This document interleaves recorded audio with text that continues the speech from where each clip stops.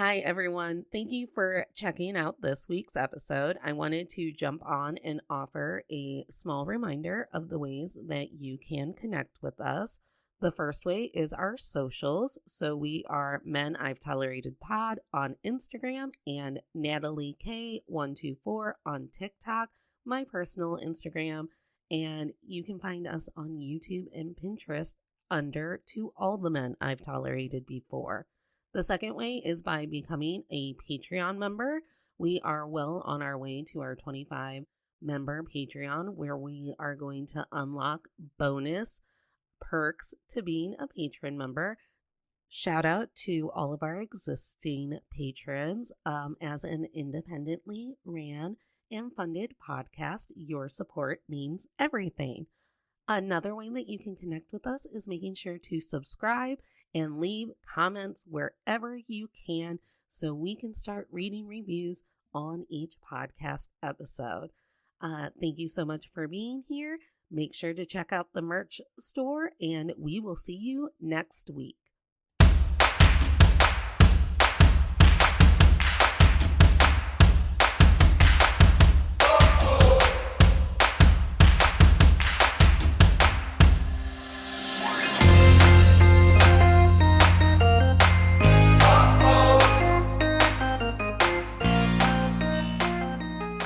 Tolerators, this is To All the Men I've Tolerated Before with Natalie Katona, your weekly look at everyday misogyny. I have another one of my new friends from the Sugar Cookie group. I've been making so many talented friends this summer and this past year, and I'm just geeked every day to be like, these are my friends. Alrinthea Carter is an Emmy-nominated writer for the Black Lady Sketch Show. She does these amazing, haunting photos of Southern Gothic locations, and recently she's been doing the work on the picket lines for the WGA SAG writers and actors strike, and is here today to talk about how we got to this point and what needs to happen next. Alrinthea, thank you for your time today. I'm so excited to be here. I'm so excited. The podcast is literally just a vehicle for me to make friends in the hope of one day it's money, but I'm like, friends. Yeah. And I think like when I first started listening, I never really thought like, oh, I would meet like a whole group of people. Like there's other groups, there's other podcasts that I listen to, and all of them have their different communities, but I've never, was like moved to join those communities until now. And it's a good enough community that, people stick around too. So I really hope that everyone is actually listening to Celebrity Book Club. And when you join the Patreon, you can be like, oh, Natalie, Jules, Alrinthea, Chris, and all these people just kept talking about it. They just kept talking about it. I'm sure I've said this 100 times, and I remember saying it when you went viral on Twitter, but I'm going to say it again. Congrats on your Emmy nomination. Thank you. Thank you. It's like an exciting, like little like surname that I have now, like I could just say, instead of like saying like, oh, call me Miss or Ms., call me Emmy nominee Alrinthea. You know what I mean? So it's your doctor. Excuse me, I'm Dr. Carter. Finally, maybe my parents will be so pleased with that. Yeah. And isn't that what we always do it for? To hope that our parents look at us with joy at some point. That's all I want. That's all I want. I just want my mom to be proud of me, and she is, and my dad is very proud of me too. But there's always a part of doing something, like, especially when it's like something like adjacent to Hollywood. Yes, that you're like, oh my God, okay, my parents have so many questions, and I hope to be in this industry long enough to listen to actually be able to answer those questions. So my dad is at the point where he just shakes his head and he's like, I don't know what you're doing, but I know it's things. And I'm like, okay. I'm from a job that made sense to this. And so your whole family is part of that transition. Oh my gosh. When I left teaching to then work at an admin job at a professional theater, but because it was theater, my dad was like, are you going to have health insurance? I was like, Dad, it's salaried.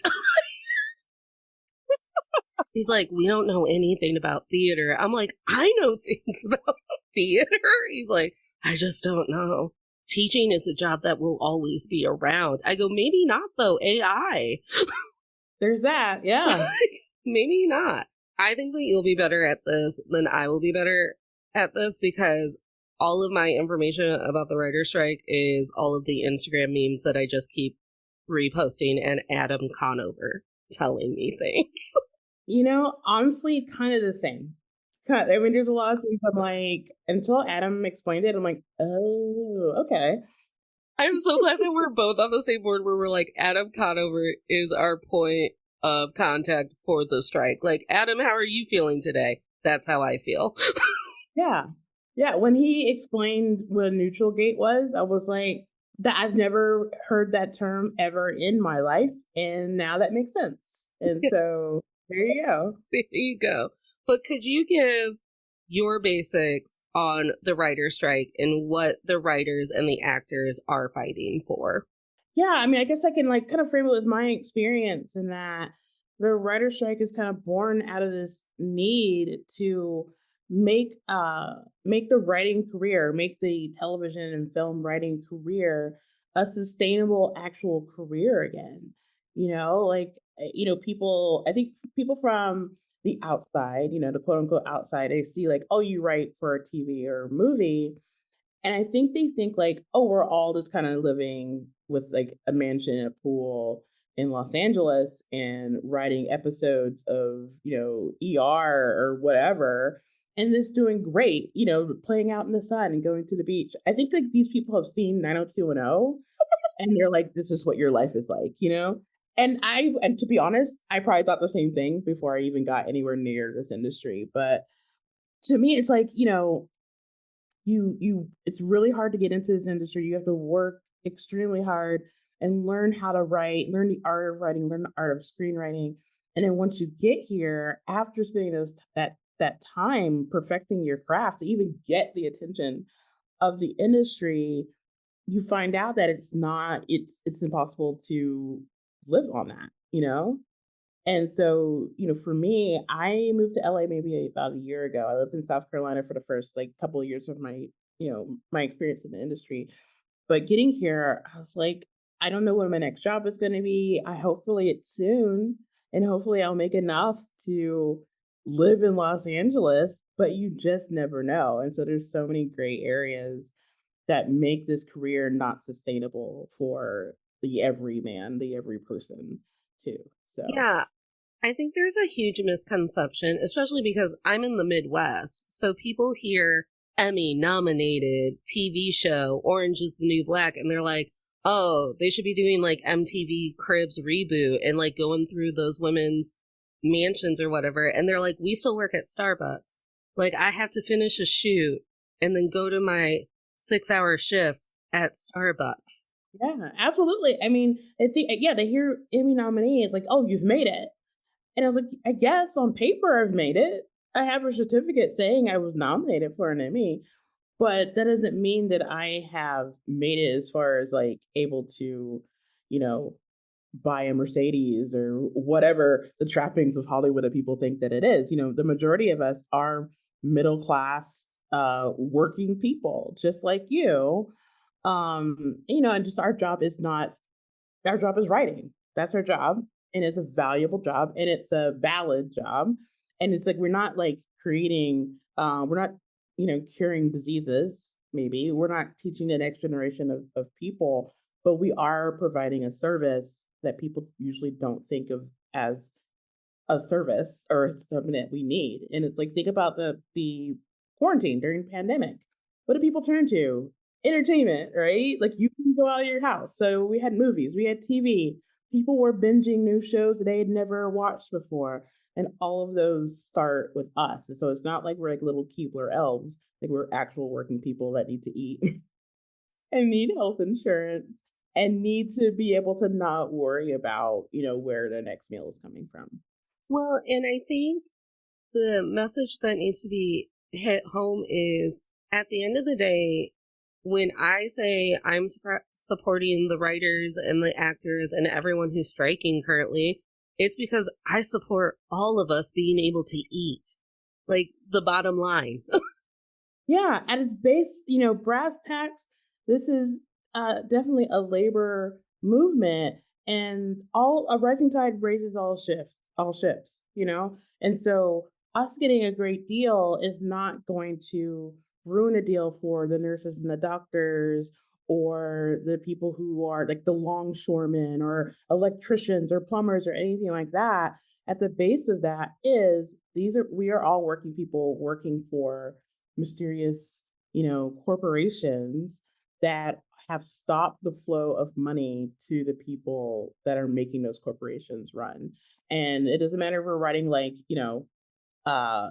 girly movies or what have you, it's still important and it's still needed, even if it seems like a frivolous thing to do. Yeah, it relates back to the minimum wage debate when people are like, well, how dare minimum wage be raised if it's going to make McDonald's more expensive? And I'm like, well, number one, McDonald's tripled in price over the quarantine. And I didn't realize until we were like 3 years in. And I was like, how much am I spending on a double cheeseburger?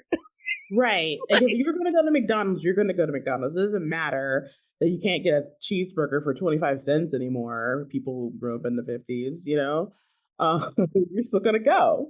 We have this like really toxic mindset about like everything is a pizza pie and we're all like, and we invited 40 people to the party thinking that 22 would show up, but all 40 did. And now all of a sudden we don't have enough pizza.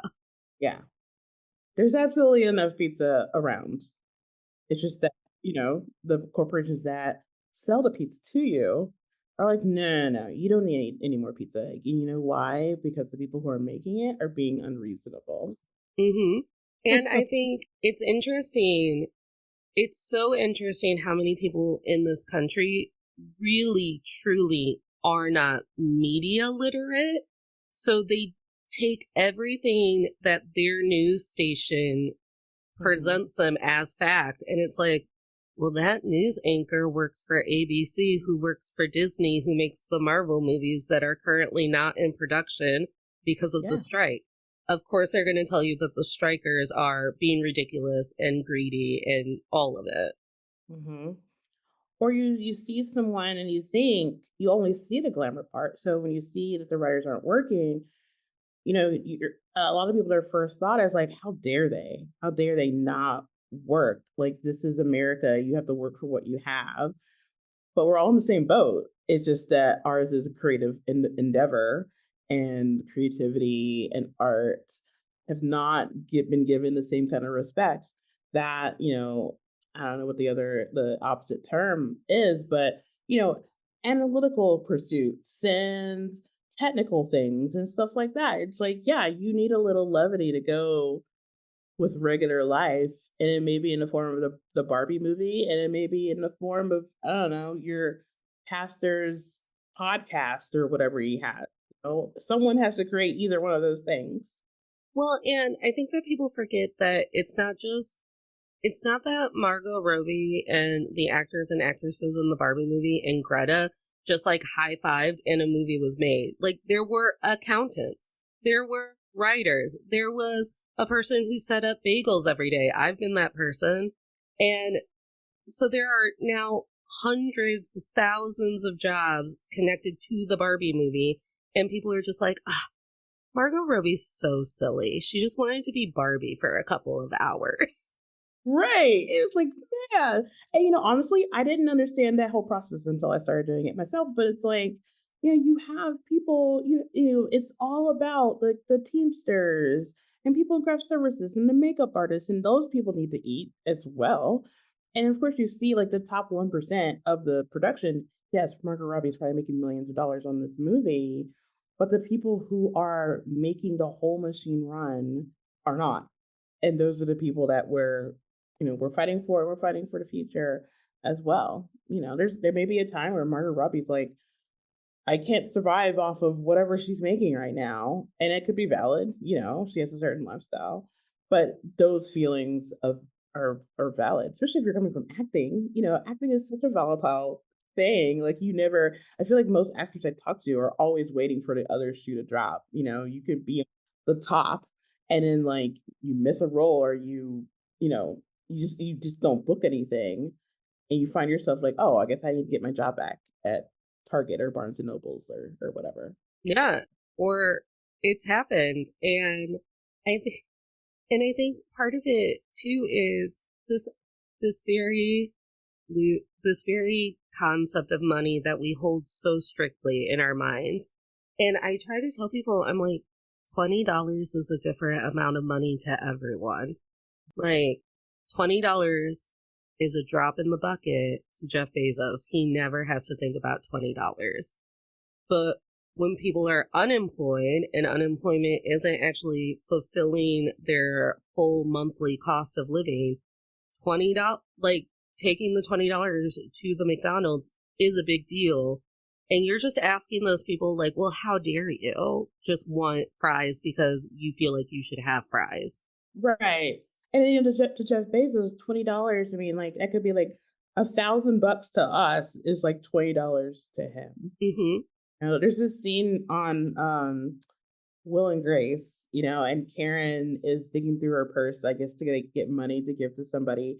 And she finds a $5 bill and she's like, oh my God, what is this? And like throws it away because there's no concept of like what a $5 bill means to her. Hers like, her purse is filled with, I don't know, do they have $1,000 bills? I don't think I so. don't know. $100 bills, I guess. But that, like, to her, that's like pocket change. And like, what am I doing with this? So yeah. And, and our mutual friend Julia, she'll make the point too when it's like, you want to, when it comes to like Nepo babies and people who have trust funds and whatever, you want to dog them for being actors and actresses or artists or people who are just like, maybe I'll open a bookshop or whatever. And she goes, but what if we just changed our mindset to being like, oh, when people have the security to have everything that they need, they choose to give back to their community in creative ways. Yeah, yeah. And then normalizing people making money doing something that they enjoy and that they're talented at. Even with Nepo babies, I mean, yeah, you're born on third base, but it's definitely gonna be, you have to have that talent to still make it. And if you don't, you get weeded out just like everybody else. But yeah, just like normalize saying like, oh, you make money, writing soap operas, and I make money cleaning toilets. Both are valid. Now, I would say it's more important to have a clean toilet in this scenario, but you both work hard to do what you were doing. Yeah, we've been sold this idea of the American dream where it's like, well, everyone should just be working hard and therefore you get to have shelter, clean water, and food. And it's like, well, tell that to all of the teachers in Flint, Michigan. Yeah. Yeah. And it's like the people who are millionaires now, I mean, some of them were born into that, sure, but there are more than a few that were right where we are. And once they get to that golden parachute, they either like, you know what? The store is closed. I'm pulling up the ladder after me because if you want to be a millionaire like I am, you need to do the same exact things. Pull yourself up by your bootstraps to make it where I am. And I'm not going to make it easier on you. Rather than saying, like, hey, I did it. And so let me help you. Let me turn around and help you as well. And it's just like what a lot of like the billionaires and millionaires that are running the industry, they forget, And so Well, and I'm on year 3, going on to year 4 of living what my parents would deem a volatile lifestyle because in 2020, I was handed a world pandemic and then soon after came a layoff. And I had to force myself to pivot and to reevaluate my priorities and what actually makes me happy and what value work brings into my life actually. And what I found out is it is all but impossible to be a 30-year-old person who went, well, when I was 16, someone told me you've got a real great demeanor for teaching. I did it for 6 years and hated it. And then now as a 33-year-old, I would love to pivot, but it's impossible to pivot in this country unless you're independently wealthy. And we don't make teachers wealthy. and they have such an essential job. My mom was a teacher for 40 years. It's like without teachers, we are literally nothing. You can't learn to get the jobs that are going to make you rich without someone teaching you something. And the fact that even them, they have to work second jobs in the summer, Hmm. and just to make ends meet to provide this like really crucial service. Yeah. And at one of the last school that I taught at, instead of being at a point where they were like, well, we'll pay you this much, knowing that you still have to work a second job to make ends meet, they also like worked within second and third jobs into our after school hours in summer. And I'm like, I understand that you think that this is solving the problem, but you basically told me that I have to work 3 jobs within your school to be able to eat. That's what you decided. If you get to eat at all, Yeah, right. if they give you a lunch break. If they give you a lunch break, if you if a kid's not throwing something at you during that lunch break and you're like, I don't know, have my fruit stacks, like anything and everything to get you to stop. Like, Yeah, yeah, absolutely. I mean, before I started working in TV, I was an academic advisor at Clemson University, and so I barely made enough money there to survive on that. And for me, I was usually the only kind of source of emotional. I mean, there's always academic, but also emotional support for a lot of these students. And people don't see, they see like, oh, if you're a college student, you have no worries at all. You're having a great time. You're going to cake parties and blah, blah, blah. Yes, that is part of it, but there's also real human beings and real human emotions and human transitions that you're going through while you're in college, and it's up to staff members at these universities to help kind of usher that in. We're basically emotional doulas for 28-year-old students, but those people aren't making enough to live on. The majority of people I know that work on universities either have a second job or they're doing something else in order to be able to live a comfortable life and being able to pay your bills, being able to eat, but also what, if you want to go to Disneyland, you have to make more money to do that, or just to have like that pleasure in your life to be able to just take off and go to Mexico, or and they should be able to do that. Us being able to take a trip and take a vacation is not taking any more money out of Jeff Bezos' pockets.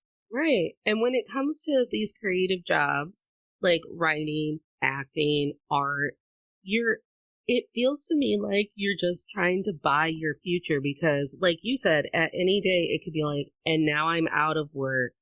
How much did I actually bank for being out of work until the next thing pops up? It's not like ABC keeps 200 writers on staff just in case. Like, Exactly. We're not the Army Reserves. right. But I think that people think that, right? Because they're like, well, a school always keeps everyone staffed. So ABC probably just has like a team of writers that they're like, okay, we need a show about Coco the gorilla. Go. And they're like, oh, okay. No, that's not how it happens. Yeah, it's not like happens. It's not, I mean, it's not like, I guess people see like writers' rooms on like 30 Rock and things like that. And they're like, oh, you guys are just a bunch of goofs offs, having some shenanigans at work. And it's like, no, we are working real hard. Yeah. Now, we can goof off sometimes. I mean, because especially if you're writing comedy, but it's work, it's an actual job. Also, as a person who's never sat in a writer's room, I did a lot of goofing off at my real 9 to 5 because 9 to 5 is another thing that Henry Ford came up with to take advantage of children working on his assembly line. Yeah. Yeah. This is something that's had ripple effects for hundreds of years. This isn't new. No. Hollywood certainly isn't new. So, talk about how writers' rooms have changed because that is actually something that I had no wherewithal. That with streaming, writers' rooms became shorter jobs and less people in the room. Yeah. I mean, I guess like the traditional model where you have people writing for like Golden Girls or The Office or Frasier, you have like this group of people that are together for the majority of the year writing 22 to 25 episodes in a season, and it takes a while to do that. So you could be employed for like, I don't know, 10 months and have like a break for 2 months and then come back and do the next season. And that's just a rough estimate, of course. But now, with the advent of limited series and the advent of streaming, we have more shows that are coming out that are just 6 episodes or 10 episodes or what have you. But we're not given an adequate time to write that many episodes. They're squeezing that much work into smaller and smaller time frames, to make it happen so they can save more money. So you don't have to pay more writers to stay on staff for 9 months. You get your money's worth, and the scripts may be shorter. The script may not be as great because you don't have that much time to do it, but they want the same level of labor for a minuscule skill amount of time and a minuscule amount of money. And so for me, I've only written on 2 shows at this point, but my job for both shows were about 14 weeks piece, and you get paid really well. I mean, I'm making the most money I've made, coming from education, of course, but you could be making like 5,000 a week, which 5 years ago, I'm like, oh my God, that's amazing. You're like a millionaire. But you come out of it with like, I don't know, like 70 grand, but you don't know if you're going to go back to work right after that. It could be a year, it could be 2 years before you get another job. And yeah, you could live on 75,000 for a year. I mean, it's a salary. But if you are not sure when your next job is going to be, you have to like save because you don't know how long it's going to take. I didn't write for a year after my first job. And then I haven't worked since last December. So it's been like 6 months. But it's like you have all this money, but you're like, I have to be a squirrel about it and squirrel it away and make sure that, there's 50/50 chance that I'll be working again in a month. And it's just as likely that it'll be a couple of years. And so you just never know how to really budget Mm-hmm. for that, So I think people think that that's really sustainable because now we've created like the buzzword, well, the gig economy. There's always something out there in the gig economy. But our current systems like health insurance, mortgages, banks, they don't support that yet.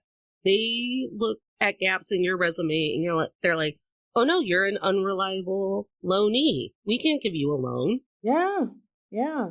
They're still looking at like the 1985 model of a job where you have a resume and you're at the same company for 50 years. And the only time that you're changing is to go to a higher position.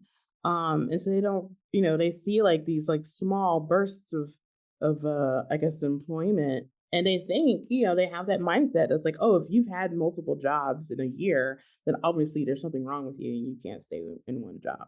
Where it's completely different now.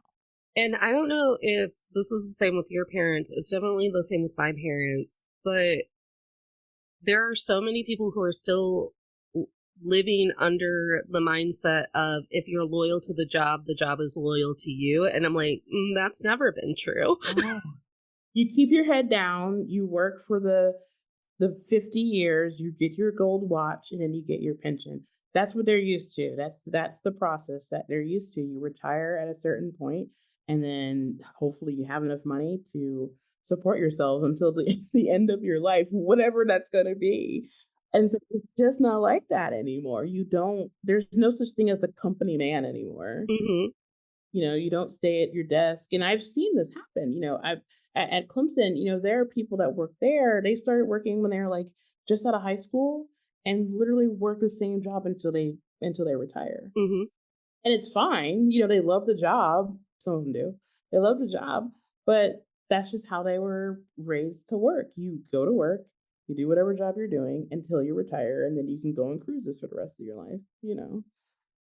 But for me, I wanted something different. So I decided to make it happen. But it's just been really interesting for me growing up in the 80s and 90s, seeing all of that change. And knowing that, it used to be like, oh, you have 2 to 3 careers in your life. And that was never true. Who does that? Right. Hey, where you are. I'll tell you what happens. Sometimes it burns you in the ass. I was the company woman for my job before COVID hit in my layoff, I was like, sure, you can give me a Diet Dr. Pepper every day, and I'm going to be like, ooh, what a work perk, because I got a free soda to sustain my 14-hour theater day where I had a show at 11 a.m.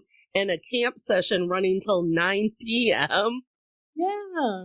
And I'm just like Miss Go-Getter because I love theater and I love arts, and every day I'm meeting actors or production people or whatever. And I miss Company Woman. So I spent 2 years of COVID being like, I can't wait for them to call me back. I can't wait for them to be like, oh, we want her back. She was the company lady. She made us all smile. We miss her. And it never happened because all of this litigation of like, well, if we call her back, we're going to have to call the people back that we were hoping would leave. Or, we could hire someone cheaper if we don't call her back. Like, Yeah.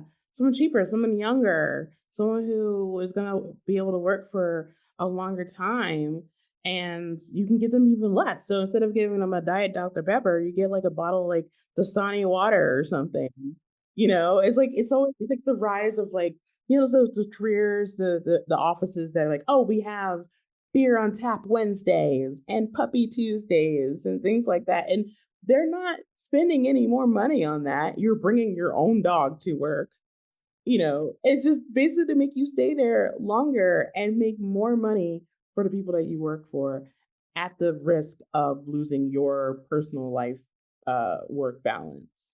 and God forbid, if you're a talented woman, person of color, queer community member, and you're working for a very insecure cis white dude, you're not going anywhere. You're a threat to him. You hurt his feelings every day. Yeah, because they don't expect you to be successful because there's an innate, everyone talks about implicit bias. There's an innate bias that says like this person of color is obviously not as smart as I am, or they would be in my position, or how dare this woman speak up for herself in a meeting? That's just rude. It's just aggressive. And then those people are continuously being passed up for those promotions and different opportunities. So it's like, we don't want to give them too much. Like, they're lucky to be here. We took advantage of affirmative action and got them in the door, but let's like hold them to this spot until they either, quit themselves or someone else snatches them away. But they don't want the responsibility of actually elevating that person. Well, and they definitely don't want to train you to be able to do their job, because what if they need that job for the next 30 years? They also have the idea of upward mobility cracks me up because I'm like, where are we going? Yeah. Yeah. And it always kind of tickled me when people talked about, millennials don't like to work, or they don't like to work hard or whatever. It's like, no, this is a whole generation that realize that you can just ask for what you want. And for me, that I admire that so much. For someone to come in and have the audacity to ask, if I work for you, what is my life going to be like? Am I going to be able to have a relationship? Am I going to be able to afford a house? And I need to take vacation. And it's not just to be like silly, even though you can, it's your business. But if you want me to work hard for you, then you need to make my life as as livable as possible, so that I do give that time to you. And they expect days off, they expect healthcare, they expect all those things. And I think like the backlash is like, how dare you even like expect for us to treat you like a human being? Like, that's not, you should be lucky, consider yourself lucky to have this job. Yeah, and I can be happy in my work. Like, I can wake up and be like, this work actually does make me happy against all odds. The mere thought of you just expecting me to wake up every day and be like, I'm just happy because work is a thing that still happens. Any work. A job I hate, I'm just happy that there's work. Like, no. Or they're like, oh no, you need to work, you need to put in your dues for 10 years and then we'll respect you. And it's like, so if I haven't put in my dues yet, then what was college for? What was all this training for if I still haven't paid my dues? I spent almost 3 years watching the person that was just like, a tick above me at the theater, doing her job, helping her do her job, being in mind meld like moments with her where we're throwing ideas on a board or whatever. When I applied for her job, I was told, I don't think you have the experience or the like knowledge to fit this. And I'm like, what? Yeah. But I was doing it? I don't like. Yeah. Yeah. I worked for Clemson for 16 years. So that was a long time to work in higher education. And I would be passed up for any sort of like new job opportunities or lateral moves because I didn't have experience. They would say, you don't have experience um, supervising students, right? And if you work in a university office, you have student workers. That's just like a thing. They help you do all the stuff in your office. And you may not be their direct supervisor, but you definitely supervise them. So I didn't have a record of being an actual formalized supervisor of students. So I wasn't able to get another job, another like job on campus with more responsibility.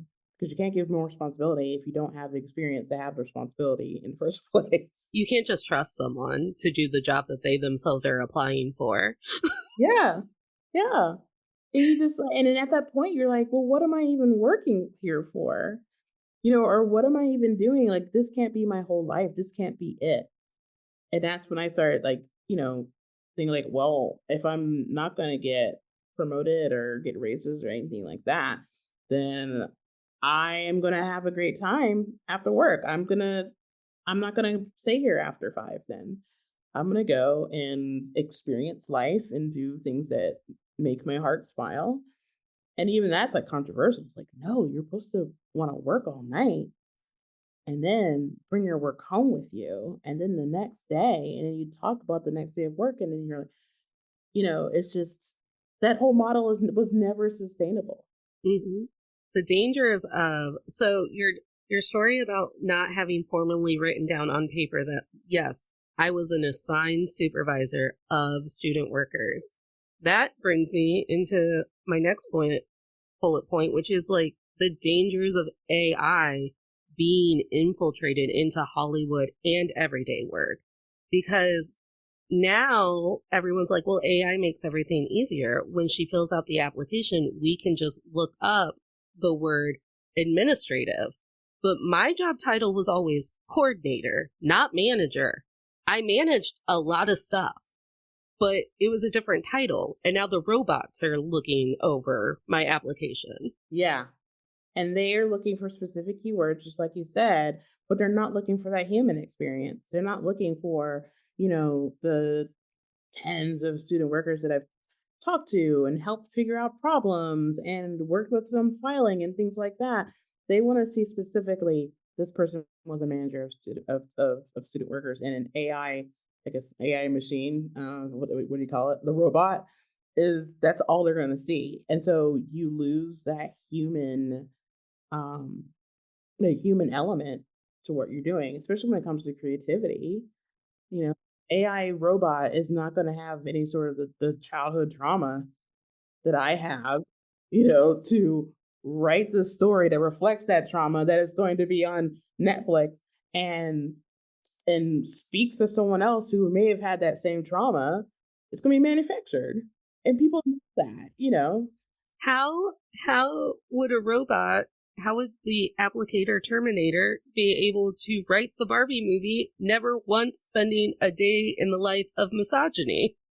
Right. Like I feel like and I keep thinking like if AI had written the Barbie movie, it would have been called like Girl Party or something like that.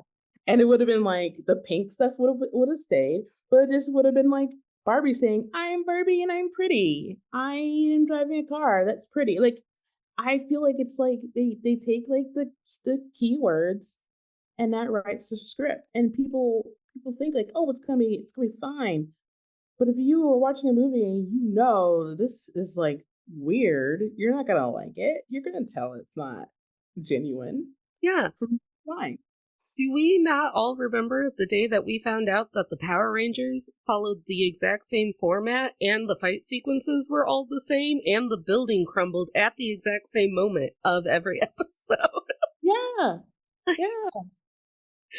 And it's like everyone has a favorite movie, everyone has a favorite show for a specific reason. It reflects whatever your human experience was. And a robot just cannot do that. It Yeah. can't. And there's just so much. Well, and another creator that I follow that I should have clocked his name today because he is also my other authority figure for the writer strike. He was talking about how there's a lot of backlash going on about reboots and sequels to sequels and sequels. And he's like, well, that's because you let economists run Hollywood. You're not letting the artist run Hollywood. You're letting the people who go, you know what people loved? Ghostbusters. Write another Ghostbuster movie. Yeah. And I guess I know who you're talking about. Is it Michael Jamin?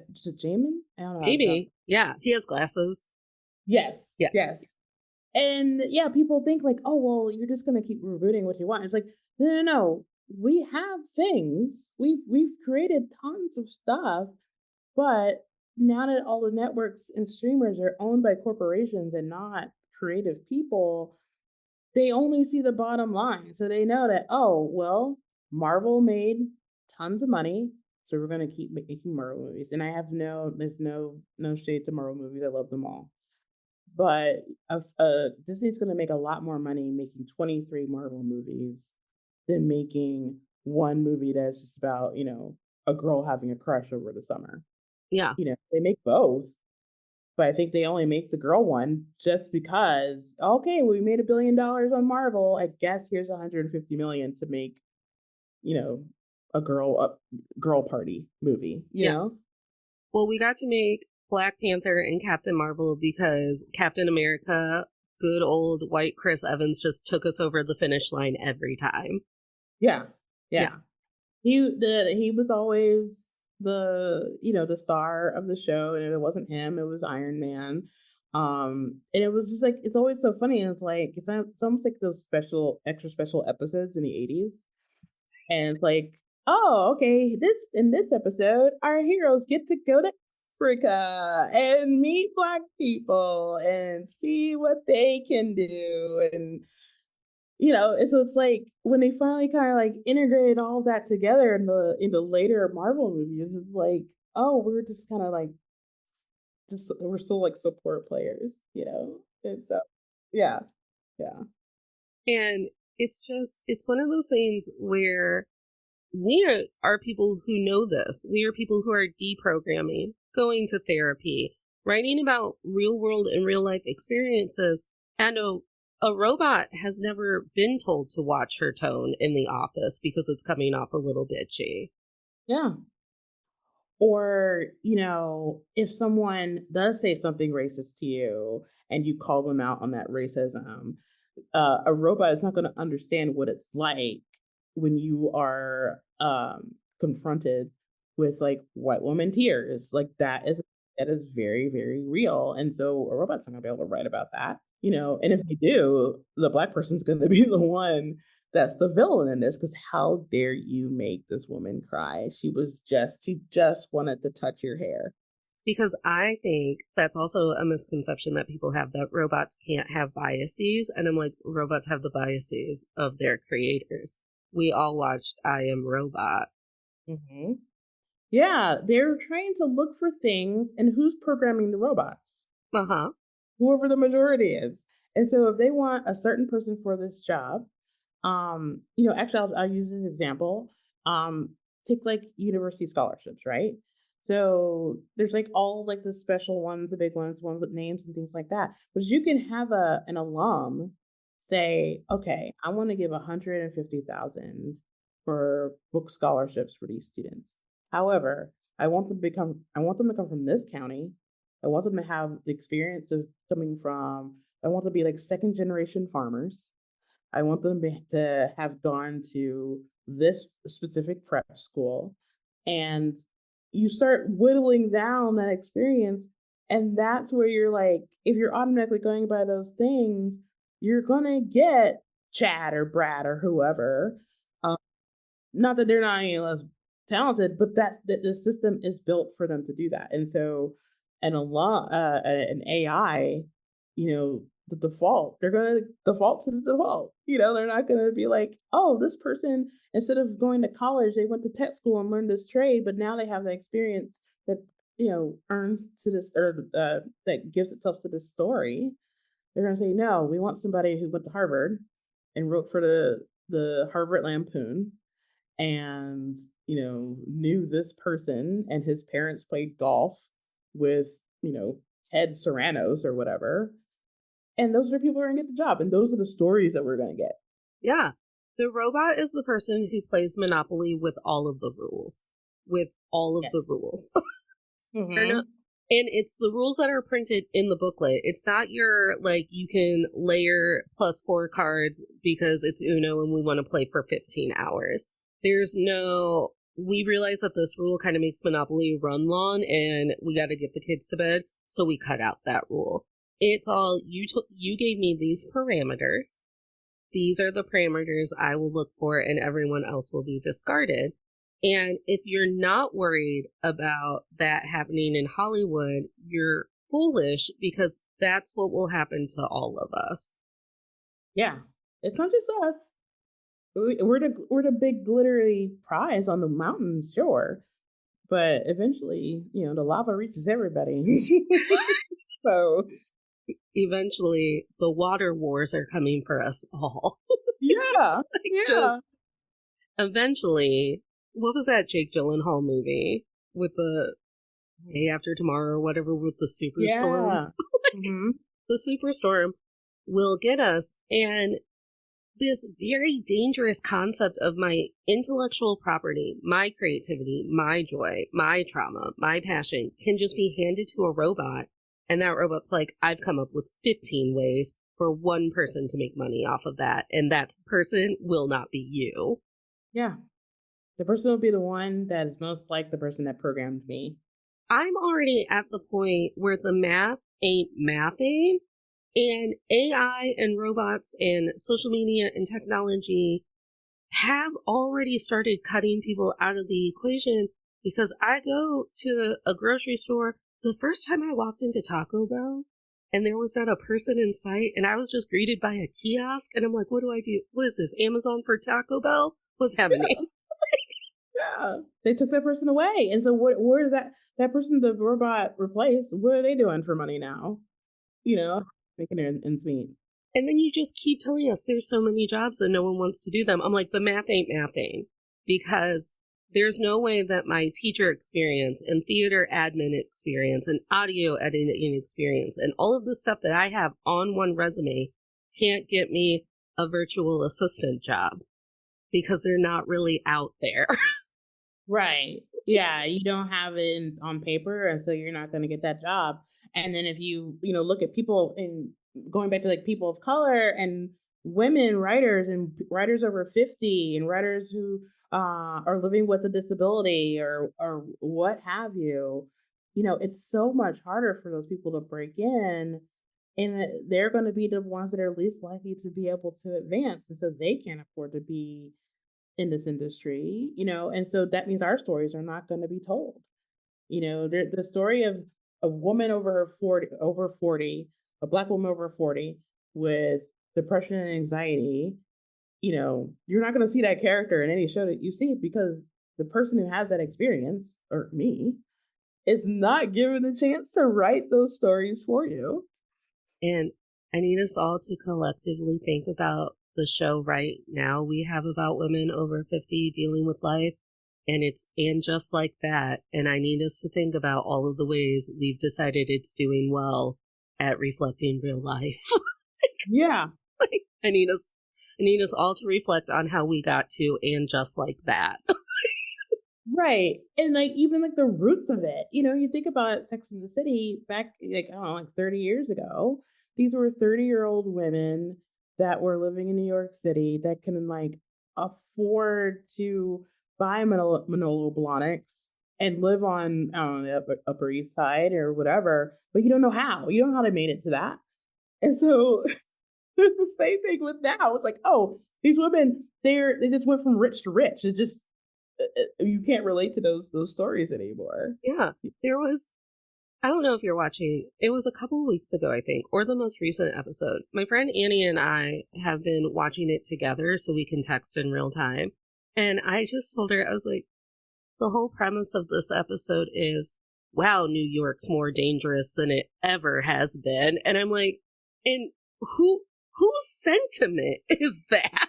Like, Yeah. And it was probably like New York is probably as dangerous as it was. It's just that these women were in an area where they didn't have to confront that. exactly. And I'm like, Yeah. Jules and I have a running joke where I will say a room full of white men, because we've been rewatching One Tree Hill, and then I've been listening to the female actresses on One Tree Hill rewatch it and talk about the shows, and I'm like, a room full of white men sat in a room, and they went, you know what teenagers probably do with their teenage boyfriends? You know what teenage girls do? They probably do like shower at their boyfriend's house with their boyfriend and then let that boyfriend's dad see them naked in a towel. And I'm like, never once. Yeah. This is my fan. I mean, obviously, the teenage girls that these like, if I'm a man, like, oh, this is my fantasy. I've always wanted to see. I want to recreate Phoebe Cates coming out of the pool, topless, and so we're just gonna keep making these girls do it, and it doesn't make any sense. It doesn't carry. It doesn't age well. It doesn't carry well. I mean, even on One Tree Hill, who was the character of the guy, the black guy, the one black guy on the show? Skills. Skills. Yes, we love Skills. Skills. Does Skills ever get to have his own storyline at all? Did he ever get to have a relationship? I don't remember.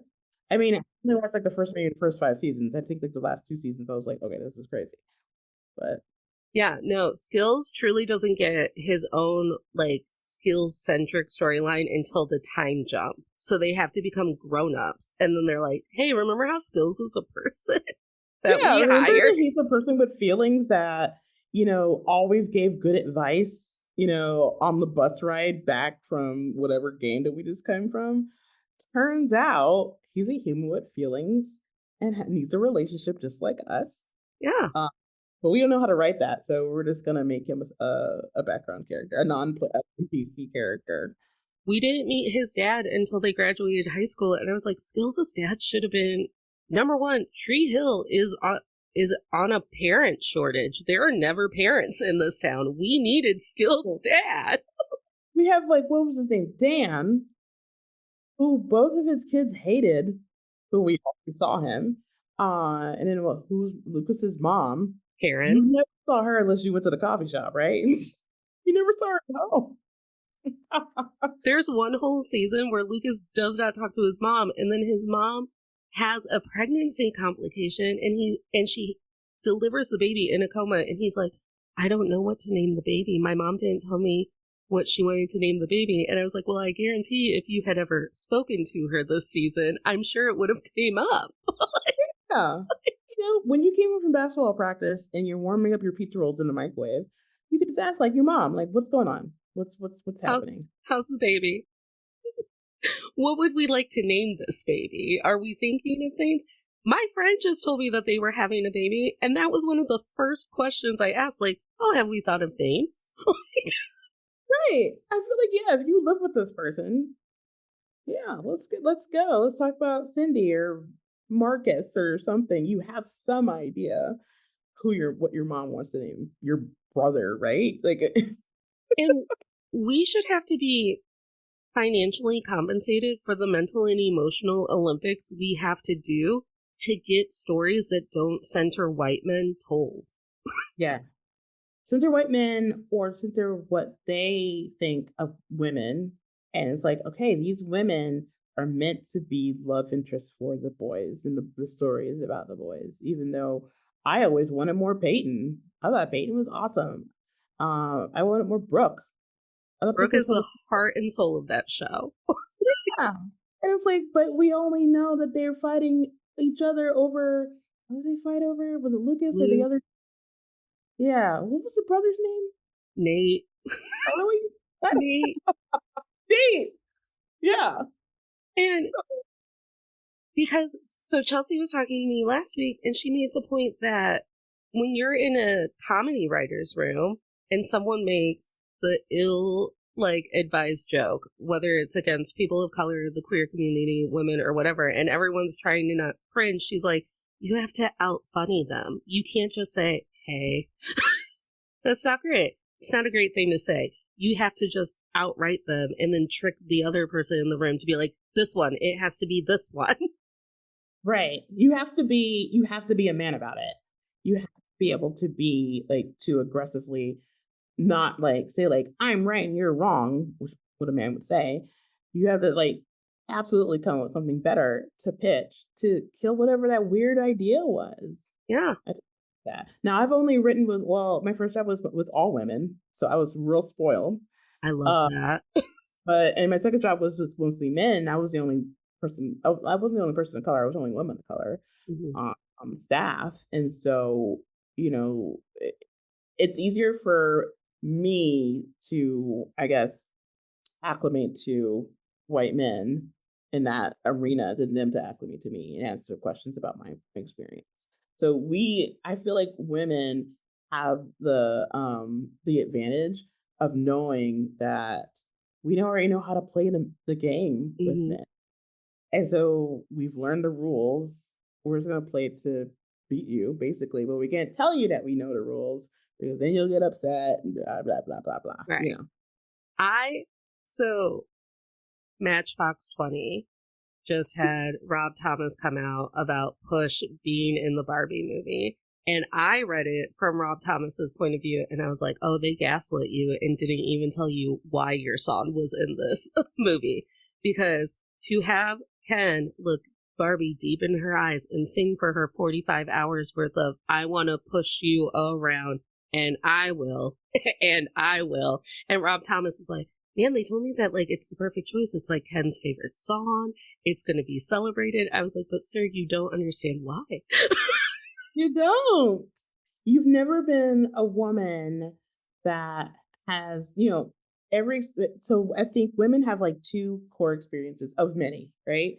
One is having a guy play guitar at them. And the second one is every woman has watched a boy play video games at least once, and you watch it because you like them. And so Rob Thomas would never know. That's like the reason, they would he'd be like, yeah, you're playing my song. This is awesome. Like, no, men have used that song to be like, see how awesome I am, girl? Don't you want to kiss me in my dorm room, in my bed with my dirty sheets? With my socks on, because it's so romantic that I keep telling you that I want to push you around and make you hit the ground and be taken advantage of. That's my passion for you, girl. That's my passion for you. And then I'll play Wonderwall, and then magically your shirt will come off. I had a man in my life become so pressed because he's like, do you want to come and watch the football game with me? And that can be our date day. And I was like, sure. Yeah. Why would you take me to a movie or anything? Let's just sit in your living room and watch other men throw a ball around. Well, I brought my Kindle in my purse everywhere that I went. So, the football is happening and I get out my Kindle to just start reading my book. And he's like, I thought you were spending time with me today. And I'm like, was that not what we're doing? Yeah, we're in the same room. We're parallel playing. Yeah. I'm saying I love football, but it's just like, but I want to spend time with you. I don't want to like to sit and watch TV. Yeah. I was like, well, how often are you interested in just watching America's Next Top Model with me? Exactly. Are we going to watch a 4-hour game for a team that I probably don't cheer for? Right. I guess. Or in like if after this, if I asked you to watch The Bachelor with me, what are you going to say? What are you going to say? Also, why can't you didn't plan this date with me in mind at all. So I brought a book. Right. I was just like a stand-in character. I was just supposed to be there. Yeah. You didn't offer to feed me. You didn't offer to. You didn't tell me I'm pretty because what am I not? I'm going to dress up to watch football with you.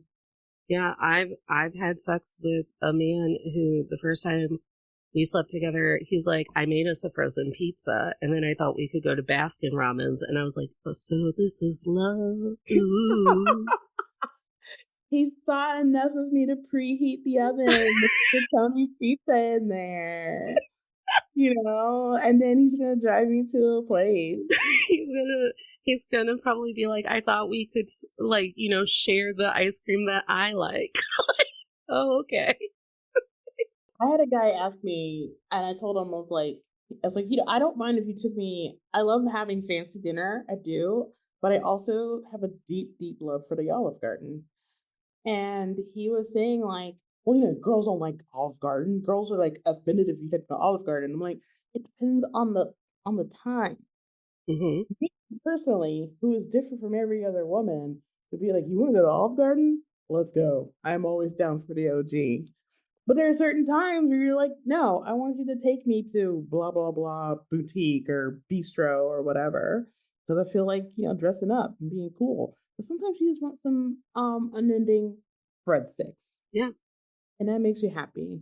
And taking somebody to that place, if someone takes me to Waffle House or to Olive Garden, that means you were listening to me and things that I like and things that I enjoy and things that I find hilarious, and you do that. Like he also asked me, he's like, what if a man surprised you for a trip, to go to Paris? Like if he gets a private jet and takes you to Paris. And I said, well, again, me personally, I've been to Paris like 5 or 6 times. That's not going to impress me as much. I mean, I'll still go. I'm not going to say.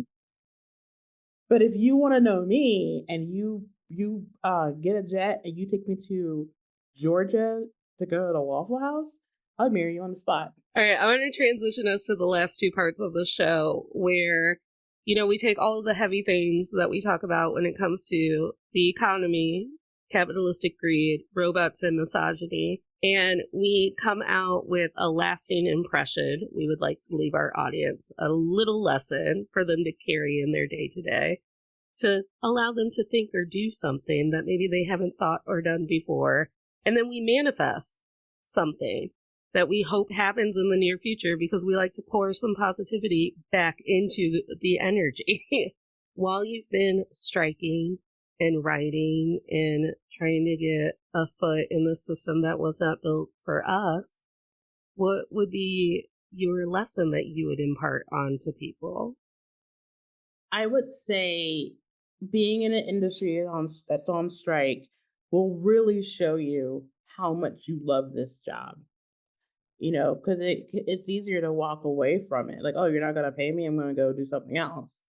But the fact that people are, they keep showing up to go to picket, to volunteer at, WGA because they love this career so much is that shows you that that's what you're supposed to be doing. If there's a job that you want and you can see yourself doing it basically for free, Mm-hmm. and enjoying it, that's where you need to be. That's where you need to go. It's not going to be easy. Obviously, you could be out of work for a few months, but at the base level, if it's like what makes you happy to create stories, then it's going to be worth it. It's hard.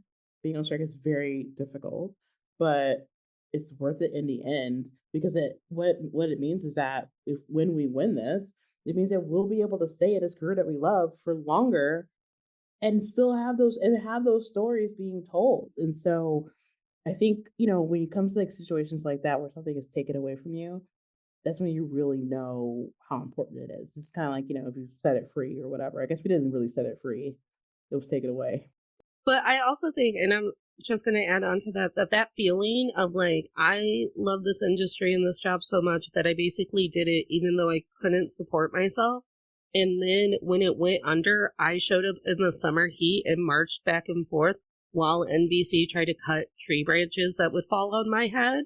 Then that's something that we should all be respecting and stop calling these people spoiled. Right. Like we are writers, we are artists, we are creative people. We didn't get into this to be union enforcers or union bosses. I've seen writers step up during this whole process, and I'm like, you I mean, you should be a union person. Like you are like the passion that you have to lead us to getting a better deal has been so great. And it's like I can't imagine you going from this to back to the writer's room.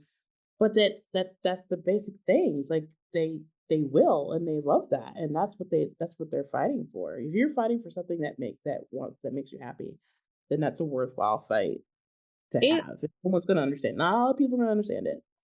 And if But you're one of those people who wouldn't fight this hard for your job, take a moment and figure out why that is and be like, well, why am I doing this job? Because mhm. that's why I love teaching, because I was like, I don't have what it takes to actually teach and fight the government and fight parents and fight our mental health crisis and all of it. It Yeah. doesn't matter that much to me. So I gotta go. Right. And then on a grander scale, one of the things that I learned when I turned 40 is that you can do whatever you want. There's no rules. As long as you're not hurting somebody else and you're not hurting yourself, if you want to go and learn how to hula hoop with fire, who's going to stop you from doing that? I mean, your finances maybe, and your sense of safety, I guess. But there's like just do it. Just do what you want. Yeah. And that's what led me to doing improv, and that's what led me to go to learning screenwriting, and then that's what led me to this career is because I decided that this is what I want to do. It is no longer enough for me to work in this job and then have that be my life and have Clemson be my life, and that's it. Yeah. You know. What What would you manifest back into the collective energy? What are you hoping happens? For me or overall. Just anything for you overall. Yeah, I mean, overall, I would say I'm manifesting that, when we go back to work, that whatever we're fighting for, takes hold semi immediately, and that we can like continue to build on that and be continue to be in this career that we love.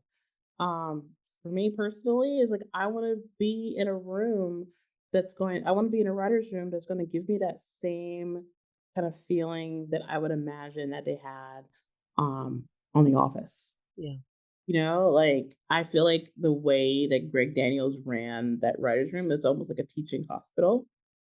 And because of that, so many of his writers have gone on to create their own shows and directing and producing and things like that. And then the Greg Daniels universe is so widespread because he was willing to teach these people how to do these things.